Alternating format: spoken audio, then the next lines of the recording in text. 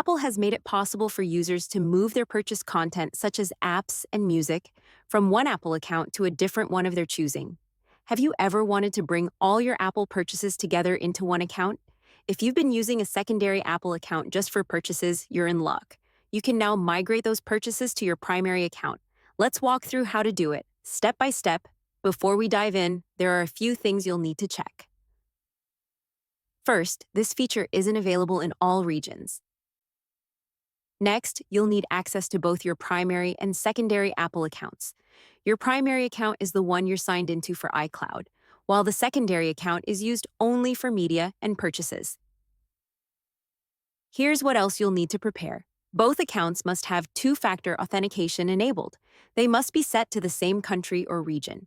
The secondary account cannot be part of a family sharing group.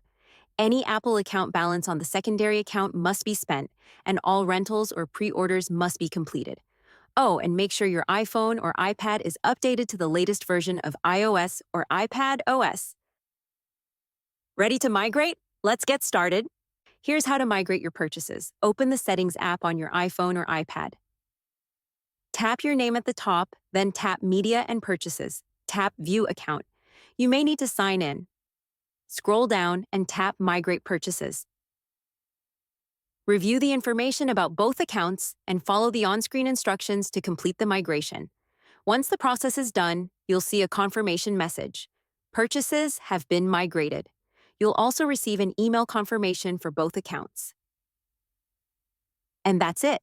Your purchases are now consolidated. After migrating, there are a few important steps to take. Sign out of the secondary Apple account on all your devices, including Apple TV, HomePod, or other devices with the Apple TV or Apple Music apps.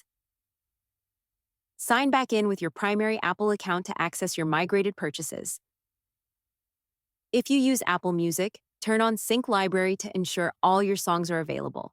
Remember, the secondary account can no longer be used for media and purchases after migration. Now, not everything moves with your purchases. Here's what stays behind. iCloud data. This remains tied to the secondary account. Personalized recommendations.